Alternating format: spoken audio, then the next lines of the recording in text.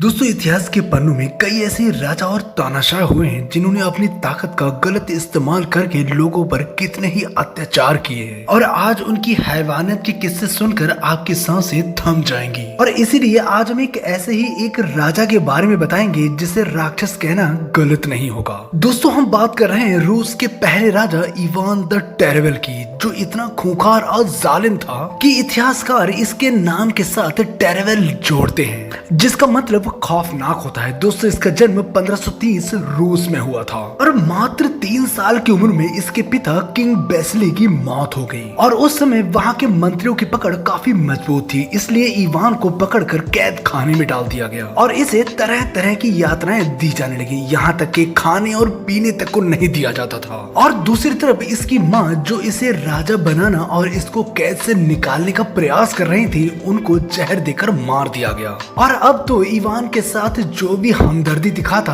उसे कड़ी से कड़ी सजा दी जाती। और सुएस्की जो एक मंत्री था अब वो एक राजा बन बैठा। अब जो भी राज्य में इवान का सपोर्ट करता वो उस इंसान की खाल उतरवा कर उसे सरेआम मौत के घाट उतार देता। दोस्तों इन्हीं सब चीजों की वजह से इवान के अंदर गुस्सा और नफरत भरने लगी, जिस कारण वो अपना गुस्सा मासूम जानवर पर निकालता, किसी पक्षी के पंख नोचता तो किसी का सिर काट देता। और धीरे धीरे समय बीतता गया और अब इवान 13 साल का हो चुका था। और दूसरी तरफ सुएस्की के अत्याचारों से परेशान होकर जनता ने विद्रोह कर दिया और उसको गद्दी से हटा दिया और इवान को गद्दी पर बैठाया गया। और बैठते ही इवान ने पहला आदेश सुएस्की को भूखे कुत्तों के सामने डालने का दिया और यहीं से शुरुआत होती है इवान की दरिंदगी का सफर। दरअसल बचपन से ही उसके दिल में नफरत भरे जाने के कारण अब वो इंसान नहीं बल्कि एक दानव बन चुका था। दोस्तों इसकी सनक का अंदाजा आप ऐसे लगा सकते हैं कि इसका गुस्सा जिस पर आ जाता ये किले की ऊंची दीवार से उसको फेंकवा देता था। यही नहीं, इसे जो भी लड़की पसंद आ जाती ये उसको उठवा लेता था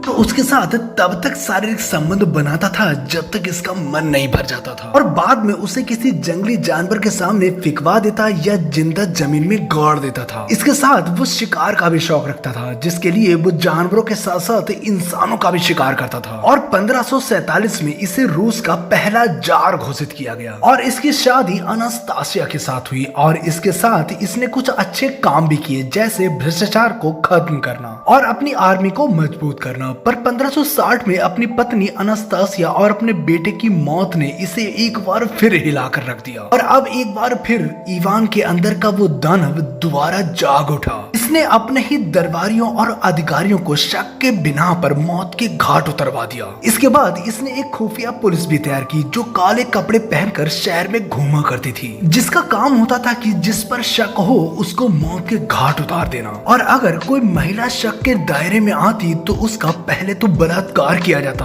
और फिर उसके बाद उसको यातनाएं दी जाती थी। दोस्तों यही नहीं, इवान ने अपने फाइनेंस मिनिस्टर निकिता को शक होने की वजह से तेल में डालकर उबाल दिया था और एक बार तो उसे युद्ध के दौरान ऐसा महसूस हुआ कि उसके राज्य का एक गांव ने उसे धोखा दिया है, तो इवान ने उस पूरे गांव को 1570 ईस्वी में जलाकर मार डाला था। दोस्तों इवान ने अपने जीवन काल में 6 शादियां की और अनगिनत लोगों को मौत के घाट उतारा और अपने अंतिम दिनों में जब वो बिल्कुल असाध्य हो चुका था और शतरंज खेलते समय 1584 ईस्वी में अचानक सीने में दर्द होने की वजह से उसकी मौत हो गई। वैसे दोस्तों आपको रशिया के इस जार की स्टोरी कैसी लगी कमेंट्स करके जरूर बताएं और अगर आपको ये वीडियो अच्छा लगा हो तो प्लीज सब्सक्राइब करें, क्योंकि हम ऐसे ही रियल और इंटरेस्टिंग वीडियो लाते रहते हैं।